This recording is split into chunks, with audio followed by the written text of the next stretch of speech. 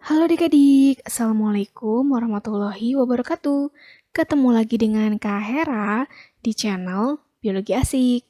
Kali ini kakak akan membahas materi kelas 12 SMA yaitu asal-usul kehidupan. Jadi ini masih berhubungan dengan materi kita sebelumnya ya, yaitu evolusi.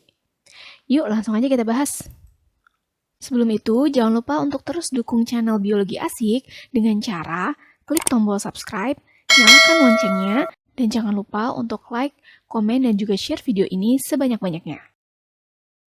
Untuk cakupan materi yang akan kita bahas pada video kali ini, maka kita akan membahas teori-teori asal-usul kehidupan. Yang pertama, kita akan membahas mengenai teori kreasi kas. Yang kedua ada teori kosmozoan, lalu ada kataklisma, abiogenesis, biogenesis, dan naturalistik. Kita masuk ke teori yang pertama, yaitu teori kreasi kas atau teori penciptaan. Nah, teori ini dicetuskan oleh Carolus Linnaeus atau Bapak Taksonomi. Nah, berdasarkan teori ini dikatakan bahwa kehidupan diciptakan oleh zat supranatural pada saat yang istimewa. Nah, jadi teori ini muncul karena adanya agama dan belum bisa dibuktikan kebenarannya secara ilmiah. Nah, kalau kita sebagai umat beragama, maka percaya bahwa kehidupan atau bumi dengan segala isinya itu kan diciptakan oleh Tuhan Yang Maha Esa ya. Nah, ini kan berarti sesuai dengan keimanan kita. Jadi bukan sesuatu yang bisa kita buktikan ya kan penciptaannya seperti apa. Tapi kita percaya bahwa kita manusia ataupun bumi dengan segala isinya itu ada yang menciptakan, yaitu Tuhan Yang Maha Esa yang bersifat gaib. Jadi kita kan tidak bisa melihat ya, tapi kita percaya. Yang kedua ada teori kosmozoan. Nah, teori ini dicetuskan oleh Svante August Arrhenius. Nah, berdasarkan teori ini dikatakan awal kehidupan di bumi itu berasal dari protoplasma yang membentuk spora-spora kehidupan. Nah, spora kehidupan ini bisa berasal dari alam semesta yang mencapai ke permukaan bumi. Jadi kan di alam semesta itu dianggapnya ada spora-spora kehidupan. Nanti ketika jatuh ke permukaan bumi, nah itu jadi muncullah kehidupan. Jadi ini seperti teorinya itu mengatakan bahwa kehidupan itu berasal dari luar angkasa. Seperti itu, yang kemudian di luar angkasa itu berarti ada spora kehidupan ya kan? Dan nanti mencapai ke bumi baru jadilah kehidupan. Yang ketiga ada teori kataklisma. Teori ini dicetuskan oleh George Cuvier dan menurut teori ini dikatakan bahwa semua spesies itu diciptakan sendiri-sendiri dalam periode-periode tertentu. Di antara periode yang satu dengan periode yang lain itu terjadi bencana besar yang menghancurkan spesies lama dan memunculkan spesies baru. Sebagai contoh kan dipercaya bahwa kehidupan itu kan dulu ada zaman dinosaurus ya. Jadi dinosaurus itu kan kemudian punah dikarenakan adanya meteor ya kan yang jatuh ke bumi yang akhirnya semua dinosaurusnya akhirnya punah. Nah, ini yang dimaksud dengan teori kataklisma. Jadi setiap spesies itu ada periodenya sendiri. Jadi waktu itu berarti zaman dinosaurus ya kan. Kemudian dinosaurus ini punah karena adanya bencana. Lalu baru ada periode atau zamannya manusia seperti itu. Lalu yang keempat ada teori abiogenesis. Nah, ingat aja ya, kalau dalam bahasa Latin A itu kan artinya tidak ya. Bio itu artinya hidup atau makhluk hidup. Nah, jadi teori abiogenesis ini adalah teori yang dicetuskan oleh Aristoteles pada tahun 384 sampai 322 sebelum Masehi. Nah, jadi berdasarkan teori ini dikatakan bahwa makhluk hidup itu berasal dari benda mati yang muncul secara tiba-tiba atau disebut juga dengan generatio spontanea. Nah, kenapa sih bisa tercetus teori seperti ini? Ya, nah ini dikarenakan Aristoteles itu pernah melihat adanya katak yang muncul dari kubangan lumpur. Jadi dia ngeliat tuh ada katak lompat dari lumpur gitu ya, dari kubangan lumpur. Nah, akhirnya dia berpikir bahwa oh katak itu asalnya dari lumpur. Nah, padahal kan enggak ya, mungkin ya emang habitatnya di situ. Nah, selain itu, dia juga ngelihat misalnya ada tikus muncul dari tumpukan jerami. Nah, akhirnya dia pikir bahwa tikus itu asalnya dari tumpukan jerami. Dan lain sebagainya ya. Jadi banyak peristiwa-peristiwa yang akhirnya memicu Aristoteles untuk membentuk teori abiogenesis ini. Teori ini pun akhirnya didukung oleh beberapa tokoh ya. Jadi cukup lama ini untuk menumbangkan teori ini ya. Tokoh yang pertama itu ada John Needham. Jadi John Needham ini membuat percobaan sederhana ya untuk membuktikan kebenaran dari teori abiogenesis, yaitu jadi dia menggunakan kaldu ya yang dipanaskan. Nah, kaldu ini kemudian didiamkan. Jadi kaldunya tuh ditutup nih, kelihatan ya. Jadi ini kaldunya sudah ditutup rapat. Nah, terus dipanaskan ya kan, lalu didiamkan. Nah, ternyata setelah didiamkan menyebabkan kaldu tadi tuh berubah menjadi busuk, artinya ada mikrobanya. Nah, maka Johnny Depp akhirnya berkesimpulan bahwa mikroba itu berarti berasal dari air kaldu. Maka ini abiogenesis kan. Padahal kenapa sih bisa muncul mikroba di sini? Nah, ini dikarenakan proses pemanasannya yang tidak sempurna. Jadi di sini Johnny Depp tidak memanaskannya itu sampai mendidih. Jadi kalau misalnya kita memasak sesuatu, misalnya air ya, tidak sampai mendidih, maka itu kan bakterinya tuh masih bisa hidup ya, karena bakteri itu kan dalam suhu yang tinggi masih bisa membentuk endospora ya. Nah, jadi di sini Johnny Depp itu melakukan proses pemanasannya itu tidak steril, jadi nggak sampai membunuh kuman-kuman, masih ada kan di sini ya, kumannya masih ada, sehingga ya jadinya kaldunya membusuk seperti itu. Nah, lalu yang kedua ada Anthony van Leeuwenhoek. Nah, sebenarnya Anthony ini bukan penganut teori abiogenesis, tapi Anthony van Leeuwenhoek ini kan penemu mikroskop ya. Nah, mikroskopnya ini digunakan untuk memperkuat teori abiogenesis. Jadi oleh para pendukung teori abiogenesis, percobaannya Anthony van Leeuwenhoek. Jadi Anthony van Leeuwenhoek itu kan mengamati air rendaman jerami ya di bawah mikroskopnya. Nah, di bawah mikroskopnya itu terlihat bahwa ada sesuatu yang bergerak. Jadi ada mikroorganisme yang bergerak di bawah air. Nah, sebenarnya kan mikroorganisme itu berarti protozoa lah ya. Nah, protozoa itu memang adanya di air gitu, habitatnya di situ. Nah, tapi oleh para penganut teori abiogenesis, nah, percobaannya Anthony van Leeuwenhoek ini digunakan untuk memperkuat teori mereka. Nah, jadi para penganut abiogenesis itu berpikir bahwa mikroba itu berarti asalnya dari rendaman jerami. Nah, lalu yang kelima ada teori biogenesis. Jadi ini lawannya dari abiogenesis. Karena kan banyak yang tidak percaya bahwa masa sih makhluk hidup dari benda mati gitu ya. Masa kita tercipta dari batu gitu misalnya ya. Manusia masa tercipta dari benda mati kan nggak mungkin ya. Sehingga muncullah tokoh-tokoh yang ingin mencoba untuk menumbangkan teori abiogenesis. Biarpun cukup panjang ya untuk menumbangkan teori abiogenesis tersebut. Nah, jadi tokoh pertama yang ingin mencoba untuk menumbangkan teori abiogenesis itu ada Francesco Redi. Nah, ini tahun 1626 sampai 1697. Nah, jadi teori abiogenesis ini kan berarti mengatakan bahwa makhluk hidup itu berarti asalnya dari makhluk hidup.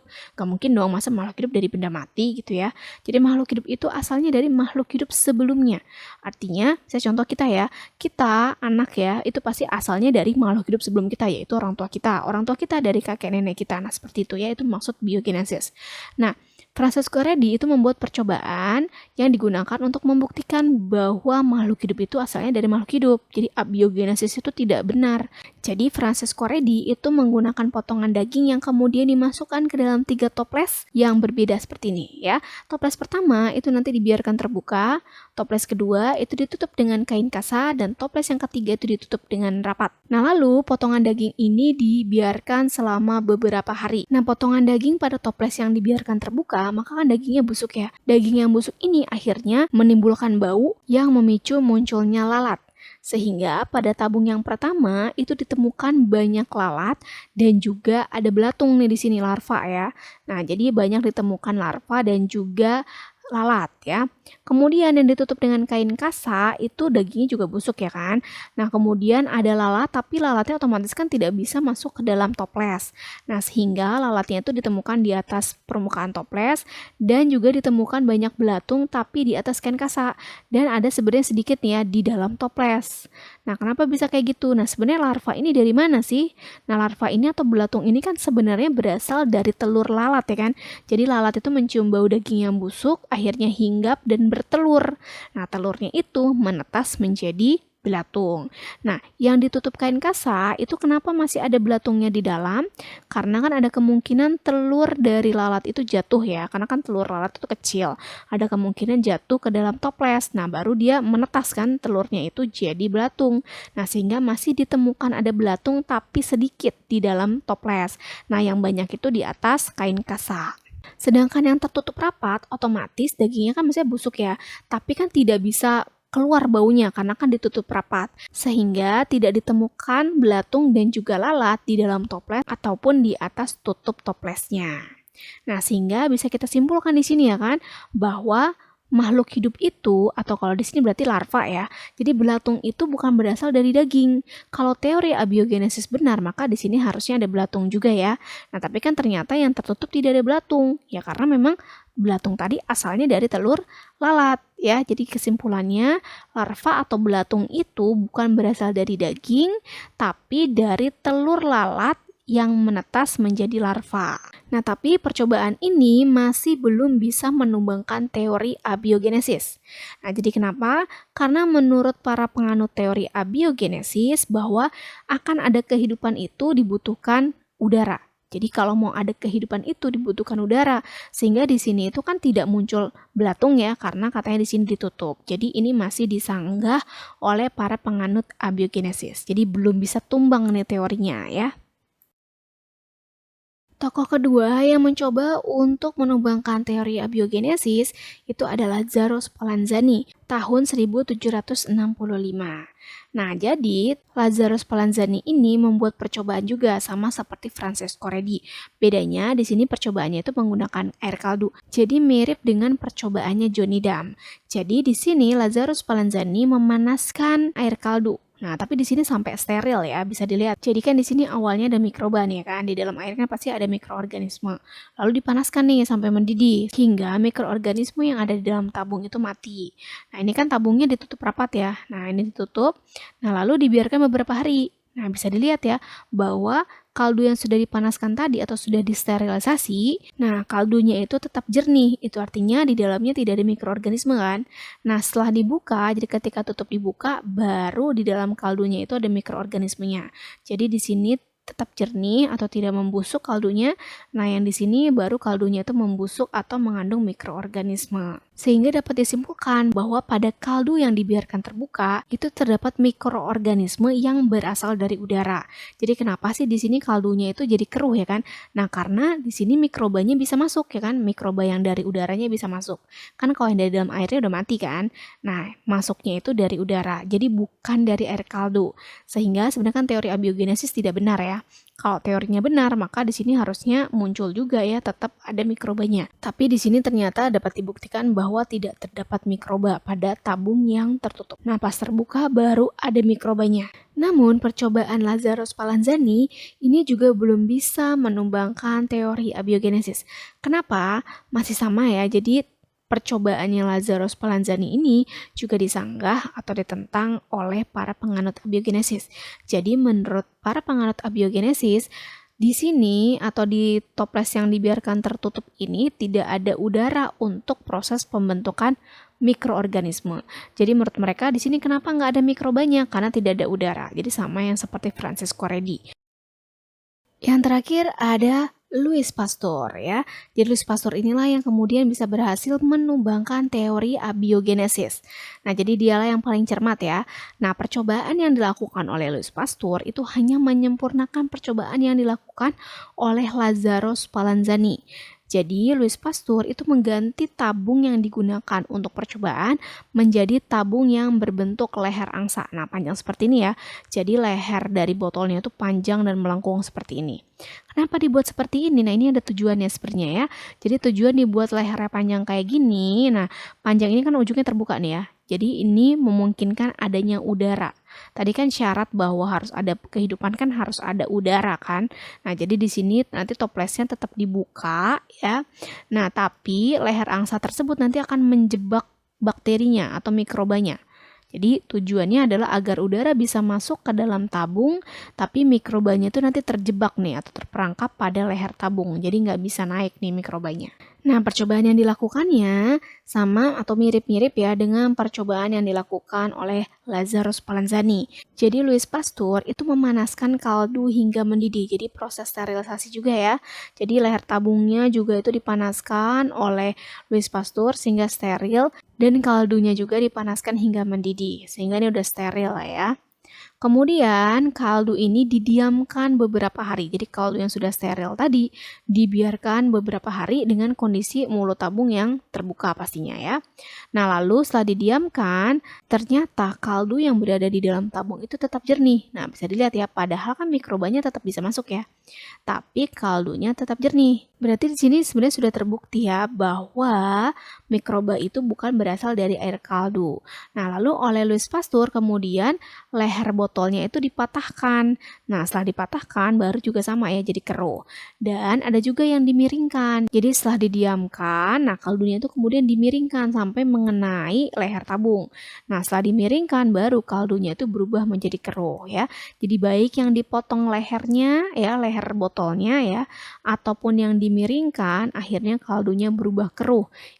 Sehingga dapat disimpulkan bahwa mikroorganisme yang terdapat di dalam tabung, nah seperti ini ya, itu bukan berasal dari air kaldu, melainkan dari spora-spora mikroba yang berasal dari udara. Nah, teori ini yang berhasil menumbangkan teori abiogenesis ya.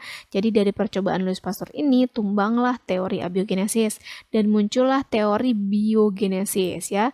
Nah, jadi berdasarkan teori biogenesis ini dikatakan bahwa omne vivum ex ovo, omne ovum ex vivo, dan omne vivum ex vivo. Apa sih artinya ya? Nah, jadi artinya omne vivum ex ovo itu makhluk hidup itu berasal dari telur. Omne ovum ex vivo, telur ya asalnya dari makhluk hidup. Jadi gampangnya kayak telur ya dari ayam, ayamnya dari telur gitu kan ya. Nah, lalu omne vivum ex vivo, makhluk hidup ya berasal dari makhluk hidup sebelumnya. Nah, yang terakhir ada teori neo-abiogenesis atau disebut juga dengan teori naturalistik atau disebut juga dengan teori evolusi modern. Nah, teori evolusi ini dibagi dua ya, ada evolusi kimia dan evolusi biologi. Yang pertama ada evolusi kimia yang dicetuskan oleh Harold Urey. Nah, Harold Urey membuat postulat atau teori yang mengatakan bahwa atmosfer purba, jadi zaman dulu lah ya. Nah, jadi atmosfer purba itu mengandung senyawa-senyawa anorganik berupa gas seperti ini ya, yaitu ada amonia, metana, air, dan hidrogen. Di atmosfer, lalu senyawa anorganik tersebut bereaksi karena terpengaruh oleh adanya sinar kosmis dan juga halilintar. Jadi karena ada banyak halilintar dan sinar kosmis, akhirnya senyawa kimia ini bereaksi. Dan suhu saat itu pun juga masih panas ya. Jadi suhu di udaranya tuh masih sangat panas, yaitu sekitar 100 derajat Celcius. Nah, lalu hasil reaksinya itu nanti membentuk namanya makromolekul. Nah, makromolekul lalu nanti akan membentuk senyawa organik yaitu asam amino sebagai dasar penyusun kehidupan. Jadi dapat kita simpulkan ya bahwa teori ini mengatakan bahwa senyawa organik itu berasal dari senyawa anorganik. Nah, tapi ini kan tidak ada pembuktiannya ya.